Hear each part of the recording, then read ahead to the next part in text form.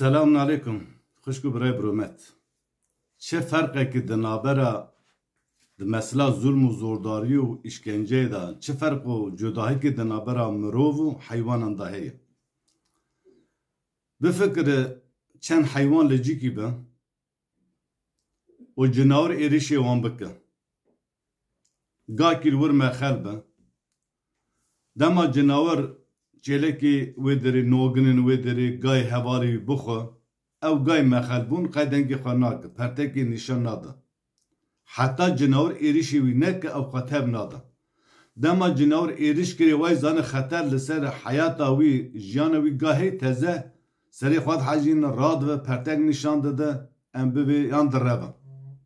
An jî mirovekî çû bigire li dewera xwe, yek li wir mexel be, heta mirov wî gay nexe, ew ga xwe tev nade, pertekê nîşan nade.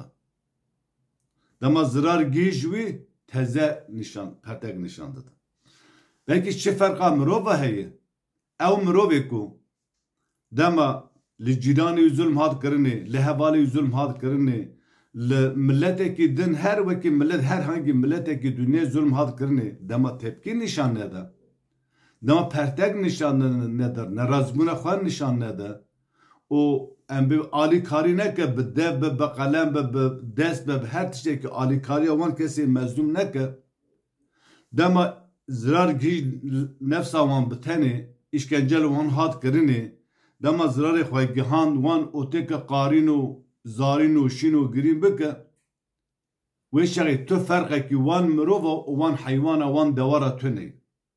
Ji ber ku em mirovin çil me zulm hat kirinê, çil cîranê me hat zulm hat kirinê, divê em di her haletê de, di her rewşê de em pertekê nîşan bidin, li dijî zulmê derkevin. Welew li nefsa me, welew li cîranê me, welew li milletê me, welew li milletekî xerîb.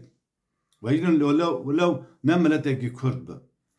Gava zulm li Kurda hat kirinê, Seddam zulm dikir, Kemalîsta zulm dikir, hêj zulm tê kirinê, kesî dengê xwe nedikir. Ew kesê ku zulma li Kurda hat kirinê dengê xwe nedikirin, tu ferqekî wan û wan heywana tune. Her wisa îro heman zulm li Filistîniya tê kirinê. Bi desteka Amerîka, İsraîl komkujiyê hovane li Xezayê bikartîne tê.